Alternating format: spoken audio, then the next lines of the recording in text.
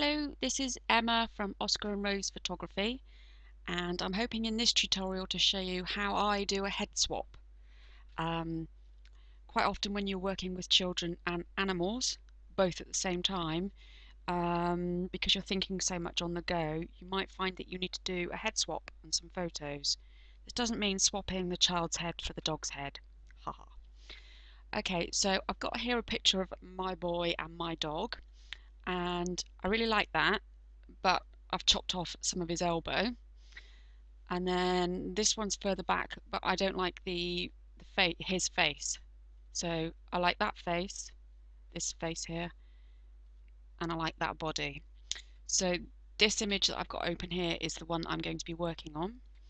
So I make a very rough drawing round what I want to copy, and then I'll do edit, copy, come over to this one, edit, paste. Now there is a lot of faffing, so please bear with me. Okay, I'm just going to get on with it really, so you're just literally watching what I'm doing. Okay, so I want to, there we go, pick that up. Now obviously that's too big, his head's too big, but what I can do is I can make this layer a lot more translucent by turning the opacity down, and then I can match, I can see just how big. So I'm doing Control and T to transform. So I'm just wanting initially just to see how much I can align with his eye line. Okay, that looks pretty good at the moment. Forget the fence and the background. I'm just concentrating on his nose and eyes for the moment. Okay, so let me put that back up to 100%. Now this is, let me just click that. What I'll do now, switch on and off the layers really quite fast so I can see.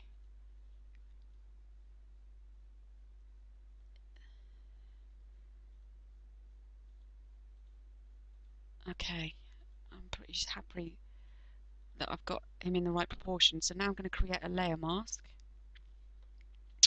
with my black brush. Take that down a bit. Get rid of everything else I don't need from this. So just working really roughly at the moment. So I haven't got to worry about lining the gate up. Okay, so let's see how that's looking. Okay, so you can see here when I switch on and off that that's not quite right, so I'll go back to my brush, take that down, and take that off. So his t-shirt's fine.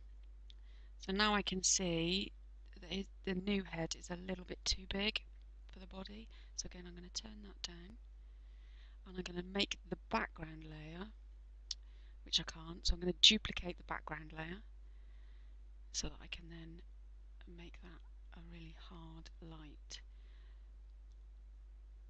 Turn that opacity down. So that's really given me a background that I can see through. So if I try and match his hairline up, can you see what I'm doing there? And then I did say there was quite a lot of faffing. Oh, that looks quite good. I've managed to match up his jawline and his nose. So I'll delete the hard copy layer, the hard light copy. Again, switch on and off, on and off. Okay, so what I'm going to do now is I'm going to take that back up. And there's a little bit of fringing here where I've not quite lined it up, so again I'll go back to my black brush.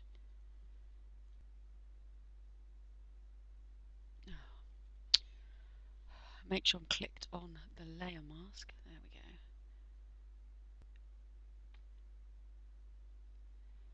So I'm happy with his hair now. Let's switch it on and off. Is there anything else that's not quite right? there's something going on here. Let's try that again, and just here. Now let me have a look at that when it fits the screen. I'm actually quite happy with that. So I'm going to call that done. So I'm going to flatten that.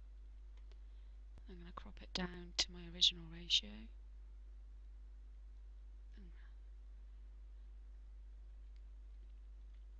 And that, for me, is job done. So, bit of faffing, but I think not as difficult as you might imagine.